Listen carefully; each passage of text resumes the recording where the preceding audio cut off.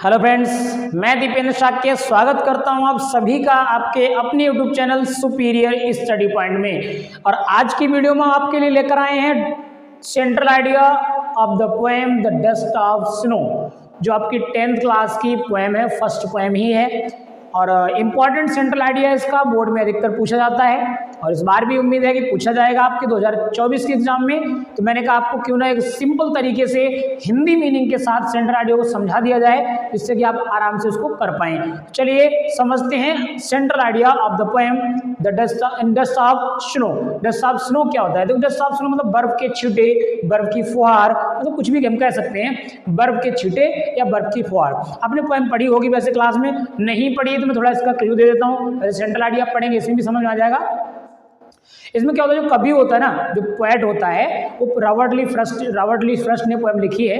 तो उन्होंने बताया है कि कभी कभी क्या होता है कि सर्टेन मूवमेंट्स होते हैं ना, छोटे मोटे काम होते हैं, कभी कभी ऐसा महत्व रखते हैं, उनसे क्या होता है कि माइंड में परिवर्तन हो जाता है। और कभी कभी क्या होता है, डिप्रेस्ड माइंड भी एक अच्छे माइंड में बदल जाता है और अच्छा काम करने की सोचने लगते हैं। ठीक है, तो ये ऐसे इस बारे में बताया, क्यों बताया है कि जो कवि होता है, पोएट है आपका, वो थोड़ा डिप्रेस मूड में होता है। डिप्रेस मतलब उदासी में होता है किसी बात को लेकर के। लेकिन यह क्या होता है कि पेड़ के पास में खड़ा होता है, ठीक है, एक जहरीला वृक्ष होता है जिसके पेड़ से एक कौवा उस पेड़ पर बैठता है और उसके पत्ते हिलने से क्या बर्फ जमी होती है पेड़ पर, मतलब ठंड का मौसम होता है और उसमें बर्फ जमी होती है। वो क्या होता है, जैसे पेड़ पर कौवा बैठता है और उसके कुछ बर्फ के छींटे उड़कर उस पर गिरते हैं और किस पर, कवि पर गिर जाते हैं, मतलब पोएट पर। तो वो क्या करता है, उसको थोड़ा माइंड को थोड़ा चेंज करता है और वो अपने कुछ नए काम को करने की सोचने लगता है। तो इसी के बारे में उसने कुछ बताया है, कोई ज़्यादा खास नहीं है। चलिए हम समझते हैं सेंट्रल आइडिया को। पोएम में सेंट्रल आइडिया क्या होता है,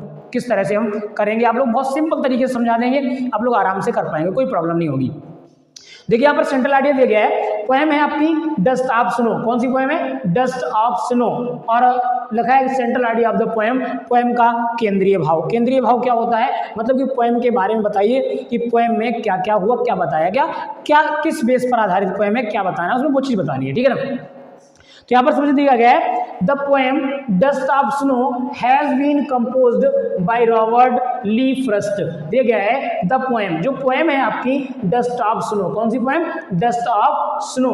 डस्ट ऑफ स्नो जो पोएम है, हैज बीन कंपोज्ड, रचित है, मतलब रची गई है। इसकी रचना किसने की है? By Robert Lee Frost. किसने लिखा है इसको? रॉबर्ट ली फ्रस्ट ने लिखा है। ठीक है, अब देखिए, इन दिस पोएम, इस पोएम में the poet wants to convey that, कवि कहना चाहता है, मतलब अपने विचारों को प्रकट करना चाहता है। क्या कहना चाहता है? तो देखिए, कवि कहना चाहता है टू कन्वे, मतलब कहना चाहता है दैट, कि समटाइम्स, कभी कभी, समटाइम्स का मतलब कभी कभी, सर्टेन मूवमेंट्स यानी कुछ क्षण, कुछ ऐसे निश्चित क्षण, ठीक है, कुछ क्षण और एक्शंस या फिर कोई कार्य, कोई क्षण या फिर कोई कार्य। क्षण का मतलब कुछ समय, कोई ऐसा मूवमेंट आ जाता है, समय आ जाता है, या फिर कोई ऐसा कार्य हो जाता है विच आर सिंपल, जो कैसे होते हैं? सिंपल होते हैं। कैसे होते हैं?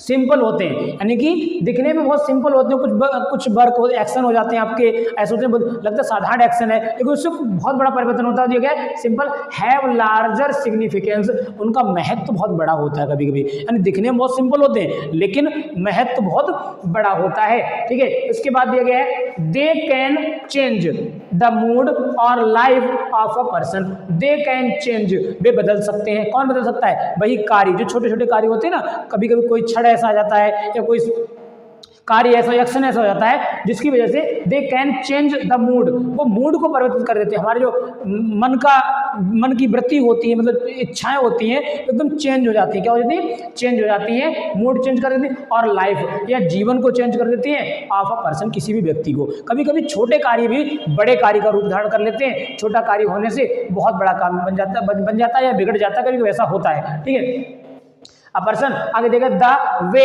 a crow sets down dust of snow on the poet, the way, जिस तरीके से अक्रो, एक कौवे ने, सेक्स डाउन मतलब गिरा देता है किस चीज को? द डस्ट ऑफ स्नो, बर्फ की फुहार को। किसको गिरा देता है? बर्फ की फुहार को, ऑन द पोएट, कवि पर। जिस तरह से एक कौवा एक यानी कि पोएट के ऊपर क्या गिरा देता है? बर्फ के छींटे गिरा देता है, बर्फ की फुहार को गिरा देता है। ठीक है, इंस्पायर्स, उससे क्या होता है? पोएट को प्रेरणा मिलती है। क्या मिलती है? प्रेरणा मिलती है। And gives him the idea, और उसे विचार मिलता है। कौन सा विचार मिलता है? To sex of his depressive thoughts, कि अपने उदासी के जो विचार हैं, जिन उदास मूड में खड़ा है, वो विचारों को परिवर्तित कर दे। क्या कर दे? पर उसका माइंड जो होता है वो परिवर्तित हो जाता है और उनके विचार उसके बदल जाते हैं और बीकम चीयरफुल, प्रसन्न रहने का मूड बन जाता है। कौन सा मूड बनता है? प्रसन्न रहने का, बीकम चीयरफुल, प्रसन्न रहने का मूड बनता है। एंड डू समथिंग यूजफुल, और कुछ लाभदायक करने का, कुछ अच्छा करने का मूड बन जाता है। तो ये जो पोएम है ये इसका सेंट्रल आइडिया है और ये रॉबर्ट ली फ्रॉस्ट ने लिखा है। तो हम इस तरह से सेंट्रल आइडिया को लिख देंगे। बहुत ही इजी पोएम और बहुत ही इजी सेंट्रल आइडिया है, आप आराम से कर सकते हैं। और अभी भी आपको अगर कोई कन्फ्यूजन है, समझ में नहीं आया है, तो आप कमेंट में बताएं मुझे, मैं आपको जरूर समझाऊंगा। और अगर वीडियो अच्छी लगी है तो लाइक करें, कमेंट्स करें, कमेंट्स में बताएं कि वीडियो कैसी लगी, और वीडियो को अपने सभी फ्रेंड्स और रिलेशंस में, जो भी स्टूडेंट 10th क्लास में, उनके पास शेयर करें ताकि वो भी इसको समझ करके और अच्छी तरह इसको याद करें। क्योंकि सेंट्रल आइडिया 10 ऑप्शनों का आपका बोर्ड एग्जाम में निश्चित रूप से पूछा ही जाता है। ठीक है, आएगा ही आएगा। चलिए आज की वीडियो में इतना ही, नेक्स्ट मिलते हैं अगली वीडियो में अगले टॉपिक को लेकर। Thank you.